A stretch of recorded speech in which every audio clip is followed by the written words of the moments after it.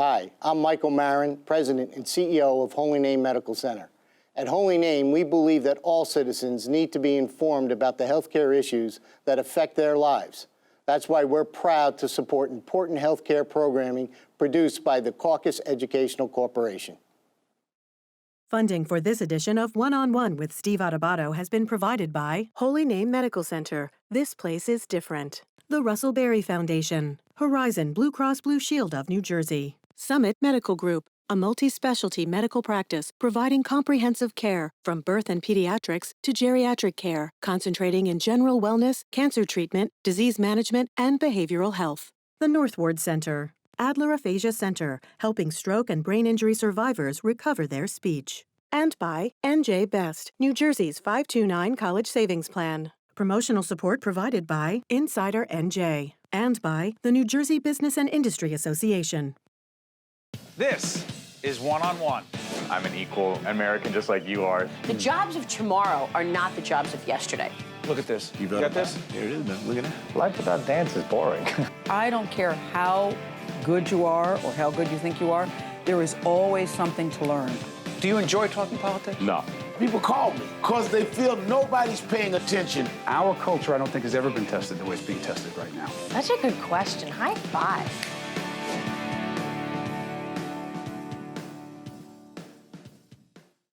Hi, I'm Steve Adubato here on location at Kessler Foundation. Folks behind me, you see them, they're gathered for a forum we're doing tonight. I'll be moderating. It's called Transforming Care and Recovery for People with Spinal Cord Injuries. It's put on by the Center for Spinal Stimulation. For the next half hour, you'll hear from researchers with the center, research participants, all of whom have had serious spinal cord injuries. They'll talk about the actual research they're involved in, how it's changed their lives, how their lives have been improved, and what it means to you watching right now, why you need to know about this.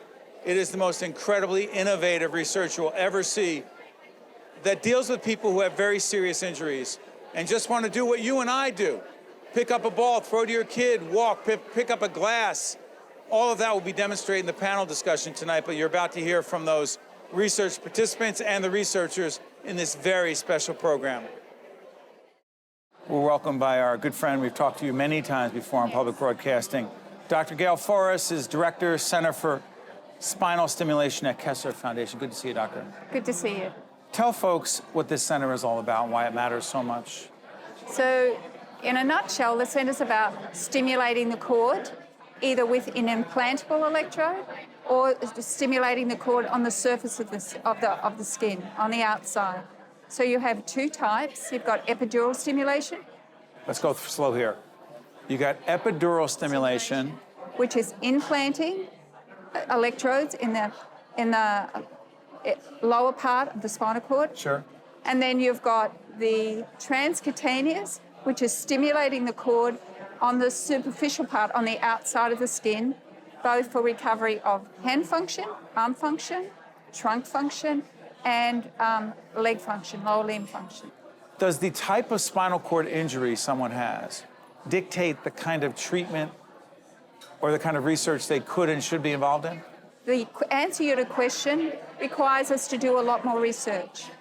But you will see their restoration, and it's all about restoring their ability, their hand function, their arm function, or their ability to walk over ground, whether it be we're using transcutaneous stimulation, or whether it be with epidural stimulation. The folks who will be joining us, beyond the science, beyond the research, beyond the medical piece to this complex equation, their lives were changed dramatically, altered dramatically because of these injuries.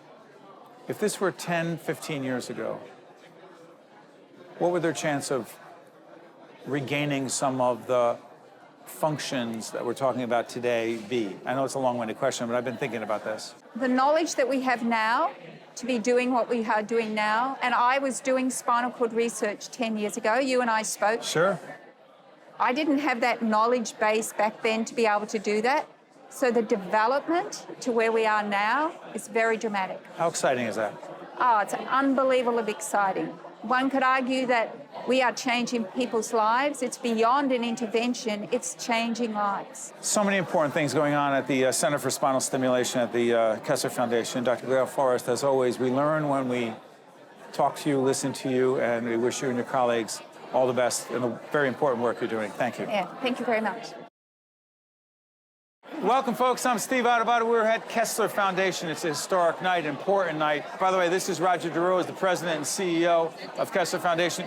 Why don't you tell folks, instead of me telling them, Rodger, you tell them why all these people are here tonight for this important panel discussion. So tonight, Steve, is all about working in the area of spinal cord injury and some breakthrough technology and intervention work that we have been doing now for some time, working with the University of Louisville as well as UCLA. And it really has to do with how we're going to treat patients, and it'll become the standard of care in the future. But right now, it's in the research mode. And we're doing spinal stimulation through epidural stimulation implants and transcutaneous on the exterior of the spinal cord column. So, you know, this is just one area, as you know, Steve, that we focus on. We focus on brain injury and stroke and multiple sclerosis. We're experts in robotics for people with mobility issues. But tonight is all about this breakthrough technology and intervention that we're involved in. And more specifically, folks, I'm going to be moderating a panel discussion. I get the honor to do that every year at the foundation. But it's in connection with the Center for Spinal Stimulation. Right. That wasn't in existence a few years ago. No, actually, the Center for Spinal Stimulation, our board of trustees, gave us approval to move forward on this in March of 2018. And so this is a ramp up to that. We're putting in a new building that will be state-of-the-art for the Center for Spinal Stimulation at the Kessler Hospital campus in West Orange. It'll have all of the lab space that our researchers need, in addition to the latest state-of-the-art equipment as well, Steve. So it'll be a place where patients will come from all over the world to be treated. Now, this crowd of about 150, I'm told, who are most of these people and why are they here? Yeah, these would be individuals that have an interest in the work we do, but are also potentially interested in making donations to fund the type of research that we do at the foundation. So I think tonight is all about showing them the intervention, having them watch what it is for a person with a spinal cord injury to be able to walk again. Sure. With stimulation. And that is really a demonstrable demonstration when you're showing somebody that technique. You know, I've said this before on the air, I'll say it again. I've also had the privilege of doing some leadership development and communication coaching here at the foundation for some of the researchers, the scientists. And what I'm struck by, and I'm going to talk to Rodger about this, is who are these people that have such dedication, such a commitment to helping people with all kinds of injuries, head injuries often, but in this case, spinal cord injuries. But what is it that you see in them beyond their expertise and their intellectual ability? Is there something else? Yeah, you know, when you interview people, Steve, and you know this from your business and all of the experience you've had, you know, they have certain skill sets, right? Those are the qualifications. But technically very good. Right? Yeah, technically very good. But these are individuals that show a passion. You know, they show an emotional commitment to really want to be committed to the mission of the organization, the broader goal of the organization. And for us, that's all about helping people with disabilities and change their life, make their life better with the conditions that they have to live with. It's important work being done every day here. Check it out. We're honored to be joined by Mr. Jimmy Brown, the what? Third, fourth? Third. And who's the fourth? Jimmy Brown, the fourth, is my son. You're from Staten Island. You're a research participant, the Center for Spinal Stimulation at Kessler Foundation. Jimmy, great to have you with us. Thank you. First of all, the fact that you're participating tonight in this forum is a big deal. Very. Tell folks in 2004 how your life changed. In 2004, I was 24 years old. I went down the shore, and unfortunately, I dove into a shallow bay and broke my neck, and changed life quite a bit. I was athletic. I played sports my whole life. I went to St. Peter's in Jersey City. I played baseball. So not being able to participate in sports and my leisure activities was quite dramatic. Your family, you got a boy and a girl? Boy and a girl. Ages? 2 and 5. So Jim, let's do this. We talk about being a research participant, but break down for people, like, what does that mean? Like, what kind of research are we talking about at the foundation? So I've done the exoskeleton, which is walking in the robot. I've done the TRT study, which is you get some testosterone gel and you put that on your shoulders every day for 6 months. And now I'm doing the stimulation of the spine. I actually have it on the back of my neck now. Okay, it's not activated, but it's lined up for later. I'm sorry for interrupting, Jim. Is that the transcutaneous? Correct. Transcutaneous stimulation, let's get this, folks. It's a non-invasive treatment, applies an electrical current to the skin, overlying the spinal cord to promote voluntary muscle firing and independent movement. Well, that's a little jargony. Break that down. So I've done some stimulation before in the past where they basically put the stim pads right on your muscles and it automatically moves your muscles for you. This, I believe, goes slightly below where the stimulation is doing it for you. It's voluntarily, right? But it's very interesting stuff. I've noticed pretty good gains. You may not see dramatic gains from the naked eye, but what I feel is something that is very hard to put in words. Listen, 5% gain for you might not be something to the naked eye, but 5% in my lifestyle is tremendous. Yeah, let's talk about that 5%, because one of the things Jim's going to do in the panel that I'll be moderating, that he'll be a part of, help us understand this. You're going to hold a glass. Don't take it from me. You do it. What are you going to do? So basically, they're going to put water in a glass, and I have to pick the glass up and fill a cup with water. Seems like a rather simple task, but something that I cannot do right now independently without the stim. Cannot pick the glass up enough to get it to turn and put water in a cup is something that with the stim on, I can lift up and turn and pour the water in a cup. It is, and like I said, what I can feel in my hand, the grip strength, the amount of, the power that you can put into them fingers, that little bit of gain where I can't do it without it, putting the stimulation on and pouring the water in the cup, that little bit that it gives you allows, and when you convert that, I mean, that's just water in a cup today, and you put that into perspective in life, it's... What could that mean? What does that mean to you? Forget about the clinical research stuff, the medicine, the medical piece. What does it mean to you personally? My son throws a ball at me right now. The fact that I could just grab that little ball and throw it back to him, it brings a tear to your eye. Hey, Jimmy, listen. We appreciate you coming over from the island, from Staten Island, to be with us. We can't thank you enough. Thank you. We wish you all good things. We thank you for being a part of this conversation, because we could talk about it. I could talk to clinicians, researchers, but it's only people like you who are actually participating who can tell us what really is going on. So I want to thank you. Thank you. Appreciate it. Thank you so much. We'll be right back after this. To watch more one-on-one with Steve Adubato, find us online and follow us on social media. Steve Adubato here at Kessler Foundation. We're pleased to introduce Dr. Stephen Kirshblum, who is Chief Medical Officer and Co-Director, Center for Spinal Stimulation at Kessler Foundation. Doctor, the folks are here tonight behind us. They're going to be part of the audience in a very important panel discussion that is called Transforming Care and Recovery for People with Spinal Cord Injuries. Why is this discussion, the research going on for people with spinal cord injuries, so incredibly groundbreaking? So I think we're seeing a potential paradigm shift in the way that we can care for people with spinal cord injury. And what's so unique about this is that in the recent past, there's been a lot of possible treatments for people with acute spinal cord injury, or people that will have a spinal cord injury in the future.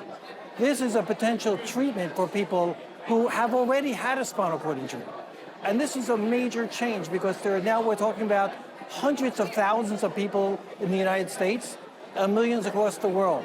And if we look at some of the early results of the few patients that have undergone some of these treatments, the results are truly amazing. There are two types of stimulation that I want to play out. One is transcutaneous stimulation, then we'll talk about epidural stimulation. Two very important parts of the research going on in the studies. Go ahead. So it's important to understand the difference between the two. They're both spinal stimulation. One, the epidural, is a surgical implanted stimulator. Inside? Inside the body. The components are inside, and it stimulates directly onto the spinal cord and the nerve roots itself.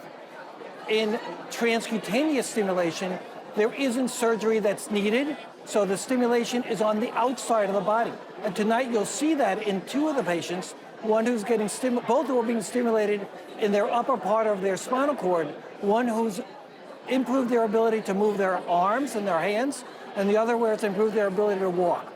Both are truly amazing type of technology because it enhances how the nerves function. Think of it this way. It's a constant and continuous jump starting of the nerves. Think of it of a battery that's losing its charge on a consistent basis, and you're continuing to charge it. After a spinal cord injury, the person loses the ability for the spinal cord to be automatic and function on its own.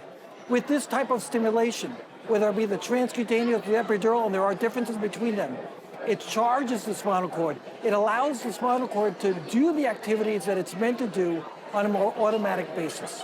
We're talking about so much more than just being able to hold a bottle or take a step. It's being involved with your family, your loved ones, your community, and that makes all the difference in the world. It's priceless. Absolutely. Thank you, doctor. Pleasure.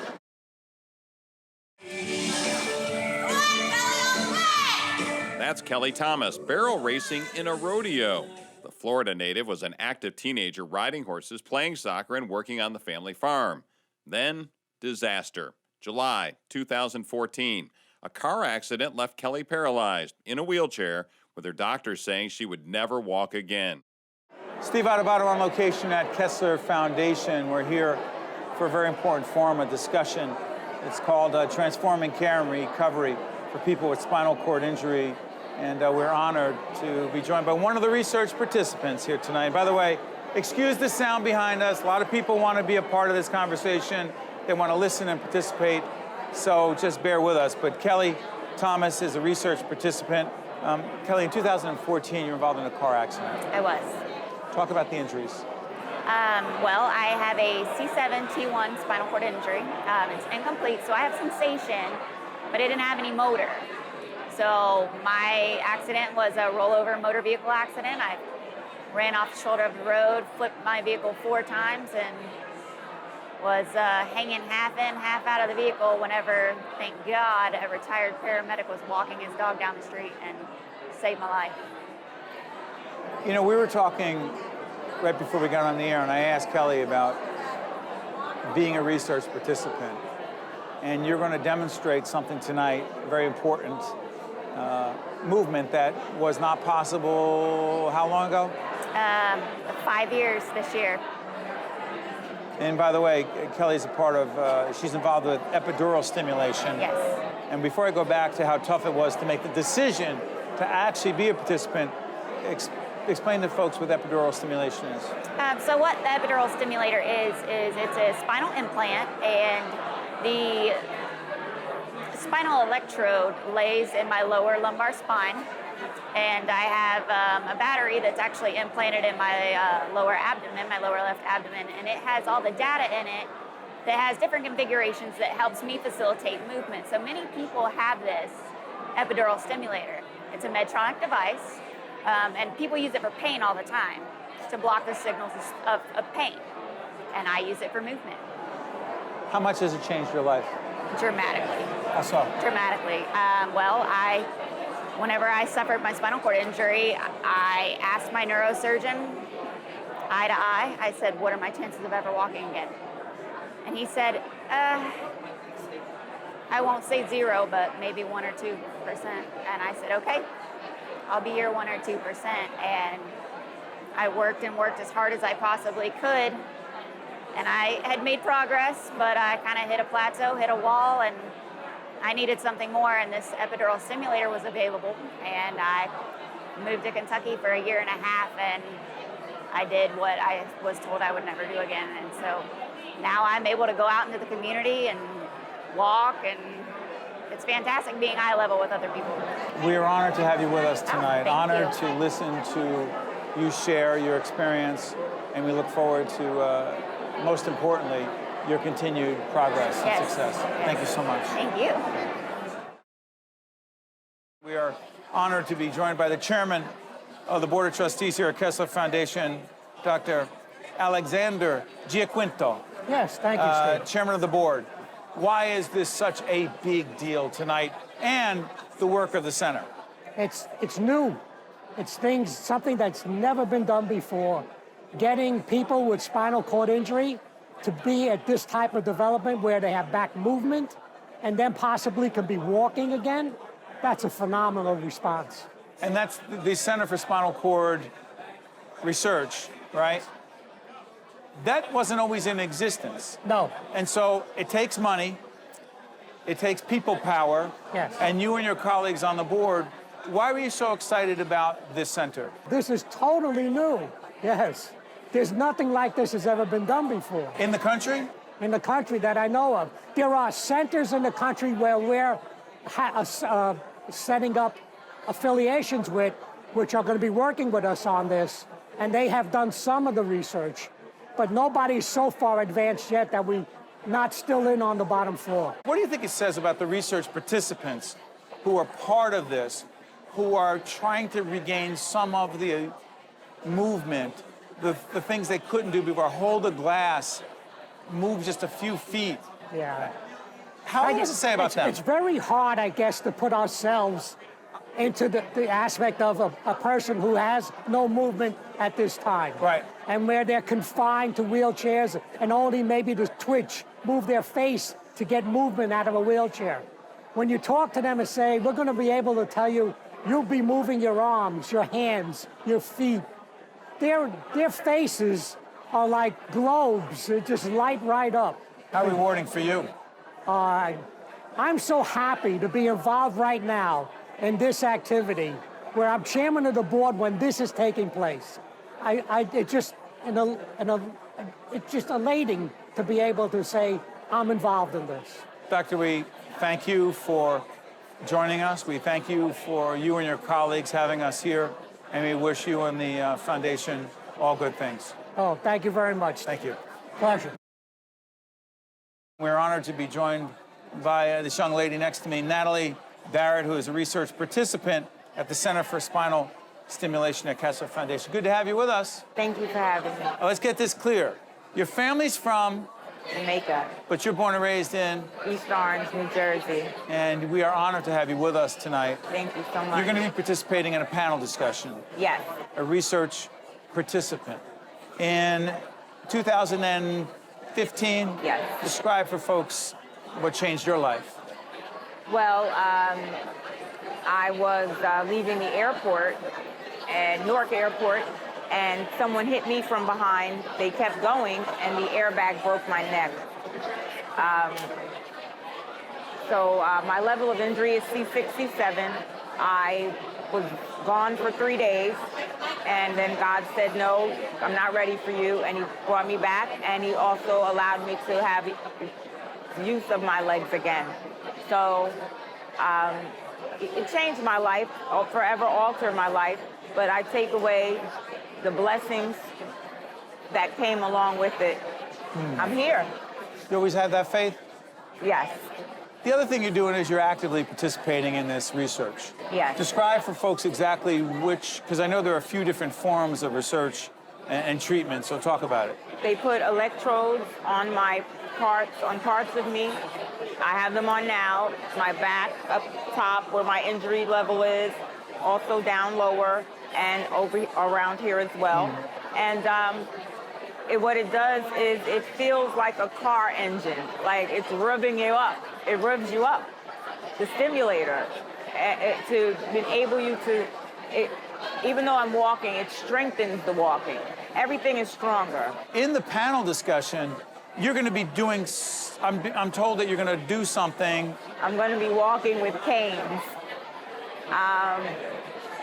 The exoskeleton has allowed me to strengthen so much to where I can, slowly but surely, I can walk with canes, just 2 of them, and I'm going to demonstrate that today.